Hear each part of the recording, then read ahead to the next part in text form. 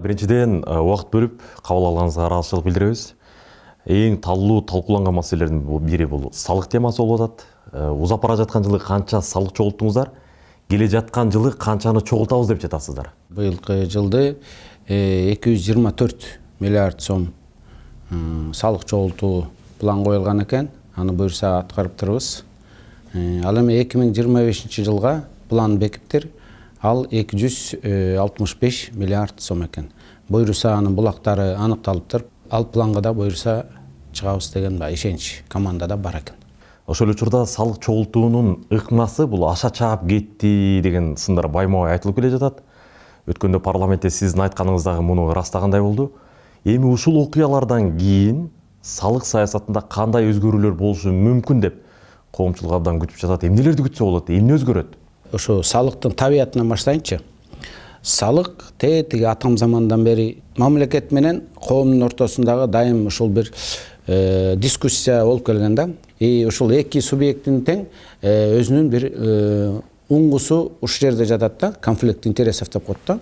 Бул табигый көрүнүш. Анткени табият ошондо. Мамлекет көбүрөөк салык алганга аракет кылат. Бизнес менен физический тараптар салыкты азыраак төлөгөнгө аракет кылат. Ошентип баягы мындай дискуссия болот. Бирок бул жерде ортодо эки тарапка тең бирдей адилеттүүлүк болуш керек. Мамлекетке дагы такыр эле түшүрүп коюп койсо мамлекет турап калат. Мамлекет кыйнап бизнести өстүрбөй эле кыйнай берсе адилеттүүлүк бияка кууп кетет. Сивилдик жолу ушул тең салмактуу таап туруш керек. Мамлекет аша чаппаш керек салык менен, анан жана бизнес дагы аша чаппаш керек. Баарынан эле бошоткула такыр төлөбөйбүз деп.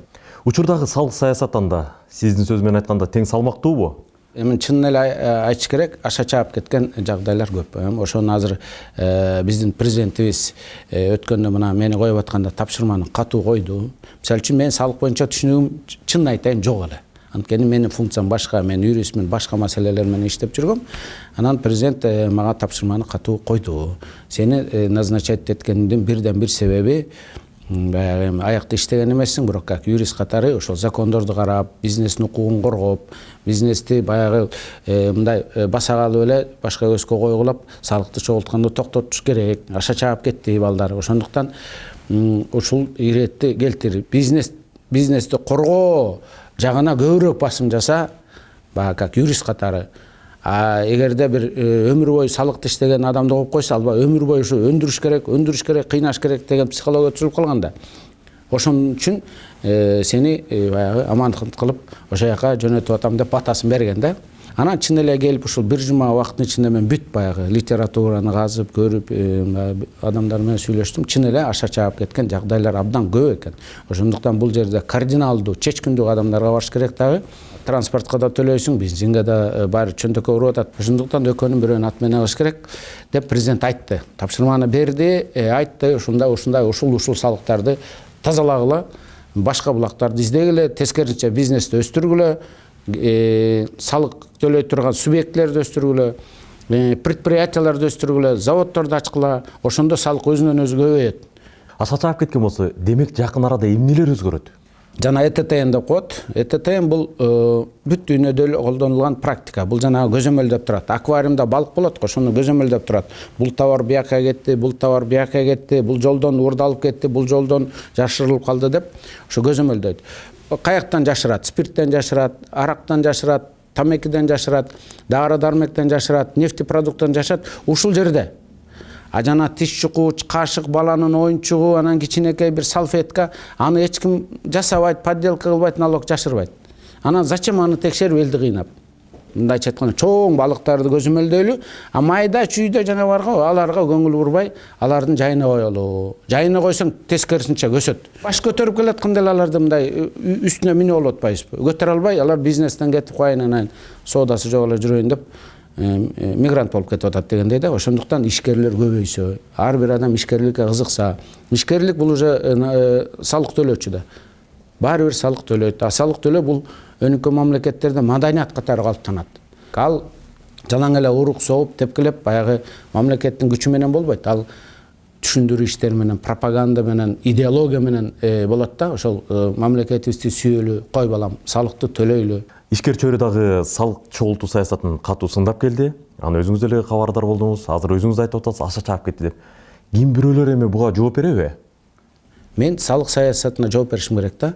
Ал эми жана сиз берген суроого ага биздин спец служба деген бар, генералдык прокуратура деген бар, сот органдары деген бар. Алар ошо өзүнүн функциясын аткарып, иликтеп, документтерди карап, документ карап, иликтебей, тергөө жүргүзбөй отуруп жанагы кээде болот го, ал мынча керек, бул мынча керек. Менин оюмча кандайдыр бир юридикалык жыйынтыктар чыгат болуш керек. Атайын кызматтын башчысы Камчыбек Ташиев салык кызматынын ана башчыларынын коррупцияга шектелгенин айтып, миллиарддаган сом чогулбай калганын айтты да. Ушунун өзү эмнеден кабар берет? Камчыбек Кыдыршаевич, мына билесиңер, канча мына 3 жылдын соңу өттү. Бизде коомдо уюшкан кылмыштуу топ бул бир жана организмдеги рак оорусундай бүт мамлекетти башкарып башташкан. Алар менен күрөшүү кандай кыйын. Андан кийин коррупция. Коррупция менен мына 3 жыл аеосуз күрөшүү. Көрүп атасыңар, бирок тыйылбай атпайбы? Бир жагынан бассаң, бир жагынан. Президент ачууланып айтты эле. Бул тиги ушу коррупционерлердин колун кессең буту менен алып атат депчи. Ушундай бул эмне деген шумдук депчи. Эми бул абдан көп сөз. Бул пендечилик болот, нафси деп коет. Анан ошондуктан адамдын көзү жылтырабаган, кызыкпай турган шарт түзүш керек. Астына коюп, шанс коюп койсо, билет жаман экен, бирок кирип кетиши мүмкүн да. Ошондуктан жанагы биз реформа жасайлы, цифровизация кылалы, адам менен контакт болбосун. Даже керек болсо аябай ач көз адам келип урдайын десе дагы мындай кол ошол тешикке батпай тургандай кылып, алса ала албай тургандай кылып системаны түзүп койсо, даже ууру да урдай албай калат. Камчыбек Кыдыршаевич мага айтты эле. Менин жүрөгүм оорубайт дейсиңби? Бирок антейин десең мамлекеттин кызыкчылыгы турбайбы? Келечектеги баягы мындай таза коомду куруу милдетибиз турбайбы? Кийин кантип жооп беребиз элге? Коррупция менен ошондо күрөшпөй койдуңар десе, биз эмне деп айтабыз? Биздин бул миссиябыз да деп айтканда. Сиз өзүңүз отуруп бирдиктүү салык декларациясын толтуруп көрдүңүз беле? Өзүм юстиция министрлигинде иштеп жүргөндө толтуруп көргөм. Мындай да, толтурганда аны жардамчы толтурат, сен маалыматты бересиң да. Толтургам, ооба, жылына толтурабыз. Парламентте жүргөндө толтуруп, баягы чыгып эле атчу эмес беле. Мунун баланча мүлкү бар экен, мунун маланча мүлкү. Азыр ошол декларация маселеси, мына сөзгө сей келгенде, декларация маселеси дагы орчундуу маселе болду. Бул жана ЭТТНде эле. Мен айтайын дегеним, азыр кодекс бирдиктүү салык декларациясын толтуруу абдан машакаттуу экенин билесизби? Билем, азыр мындай болду. Ушул закон киргизип, бирдиктүү салык саясатын бүт жарандардан алып коюп атабыз, калтырып атабыз.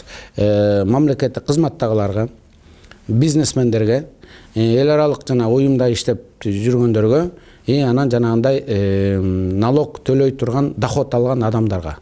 Ал эми калган жана миллиондогон жарандар бошотулуп атат. Анткени алар жөндөн жөн эле бул дагы бир мамлекеттин бир аша чаап кеткен да. Толтур декларация, толтур деп. Мына декларация, салык органдарынан справка алуу. Мисалы үчүн азыр барып бир мүлкүңүздү сатам десеңиз, сата албайсыз, анткени салыктан барып справка алып кел дейт. Карызың жокпу деп. Келип справка алайын десең, бир күн кечке турасың. Аны толтур, муну толтур, бул кол кой, тияка кол кой, анан баш айланат. Айла жок, барып жалдырайт, ушу тыйын берейин, толтуруп берчи деп. Коррупция көрдүңүзбү?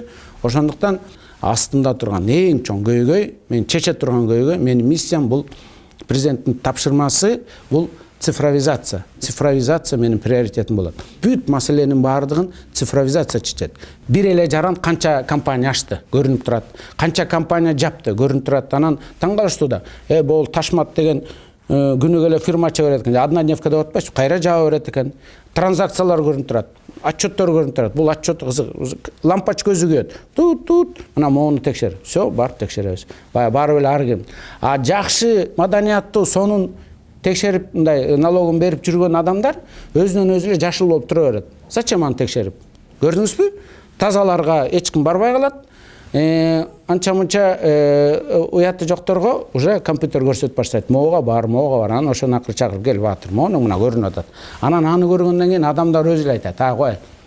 Баары бир билинип калат. Адылбек Алешевич биздин мына азыр командирибиз дегендей да, өкмөт башчысы, а киши дагы бул системаны бала кезинен баштап ушу калыпталган. Салыкчы киши өзү. Салыкта өмүрүн арнаган. Сиз менен ушул майка чейин мен атайын курулуш материалдарын саткан базарды аралап көрдүм. Ал жерде сатуучулар айтып атат да, 2 мүшөк цемент ашып калса, ошон үчүн айып салып атышат, сен жашырдың, жаптың деп бир дейт. Экинчиси, кардар келип, мен кымбаттап кетпесин, алдагандай болбосун, акчам жоголуп кетпесин, силерге төлөп коеюн, кампаңарда туруп турсун десе, ошону алганга мүмкүнчүлүгү болбой калыптыр да.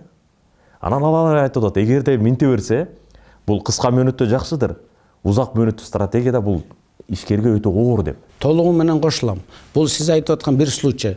Бул случайда эми 100гө көбөйтүп коюңуз. Мына строй материал. Un сатканда да ошондой, нан саткан жерде да ошондой, кайсы жерде соода сатып болбосо, ушул мамайдын көрү бар да. Анткени пендечилик жана коррупцияга нерсе отпайбы? Жана мен айтып аткан цифровизация маселеси ушул. Жанагы баланын 2 мүшөк цементи компьютерден көрүнүп турат. Мына цементи турат, тийбей келе деп. Ал уурдап алган жок, же болгон жок, эртең төлөйт деп. Булар баягы бир закондогу бир жыртыктап коет. Мына сен отчетту берген жоксуң, жашырдың деп барып тиги бечараны кыйнай берет. Азыр каматам, сотко берем десе, анан тиги киши өзүнүн укугун коргогусу да келбей калат. Андан көрөк бирдекесин берейин, кутулайын деп. Биз адамдарды ушу укугун коргоонго үйрөтүп, укугун коргош үчүн ошого гарантия, кепилдик болуш керек. Эгерде сен туура болсоң, сотко бер, апелляция жаз. Бизде көбү сотко эмне үчүн бербейт?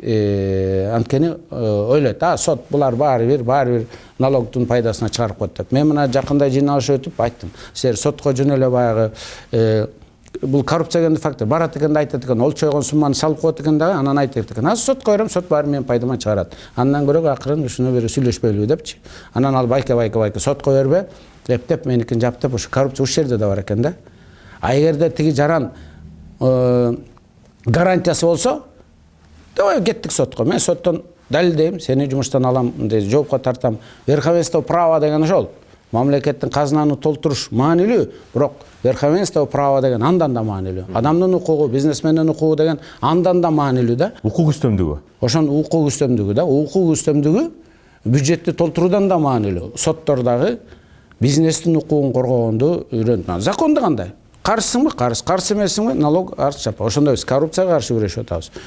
Аша чаппай калып атабыз. Анан биздин жарандарга, бизнес кылгандарга гарантия берип атабыз. Сен бизнес кыла кой, сенин мүлкүңдү эч ким ала албайт, мамлекет сени тоной албайт депчи. Укук үстөмдүгүнүн абалын сот тармагындагы көйгөйдү 5 колдой билет экенсиз да. Юрист катары айтып атасыз, президенттин кеңешчиси катары.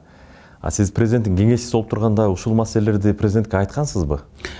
Президент мен айттырбай эле бул маселени абдан жакшы билет. Мен ал кишинин эми баягындай этика жол бербейт, мага айткан пландарында бүт ушулар бар. Сот реформасы турат астында.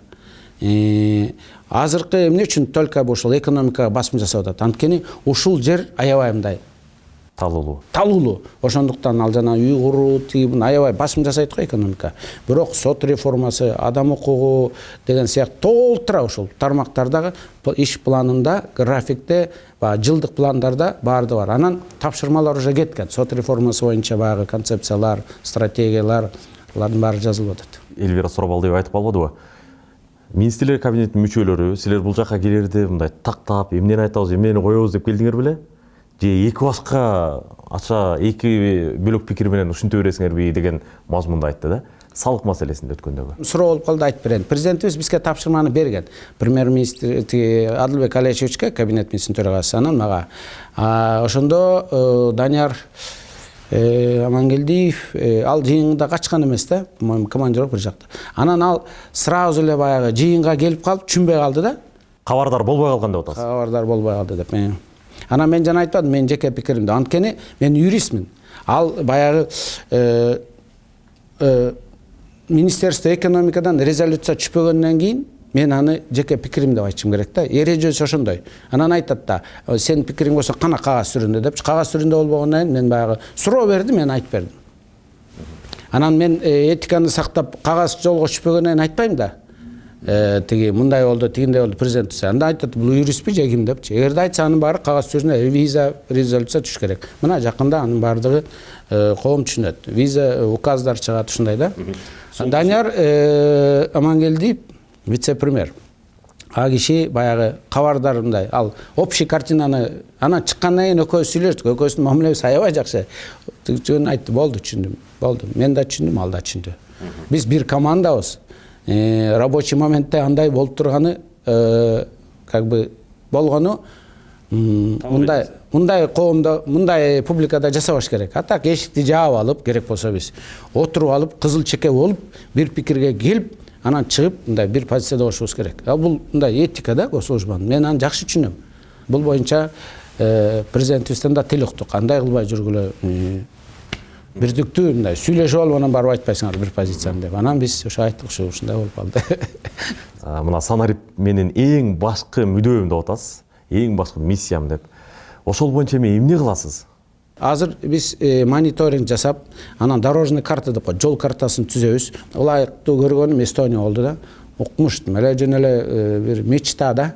Баягы цифровизация, коррупция жок, баардыгы көрүнүп турат. Бүт эле чыкылдап. Жана айттым го. Налог төлөгөндөрдүкөн даже налоговойду керек болсо 1 эмес 10 жыл көрбөй коюшу мүмкүн. Эгерде сен туура төлөсөң салыкты, 10 жыл сен налоговойуңду көрбөйсүң. Анткени цифровизация ошону камсыз кылып коет. Урдай да албайсың, жашыра да албайсың. А эгерде сен жанагынтип анча-мынча тентектик кылсаң, налоговойду күнүгө 5 маал көрөсүң. Анткени тияктан чыгып турат. Аны президент көрүп коет.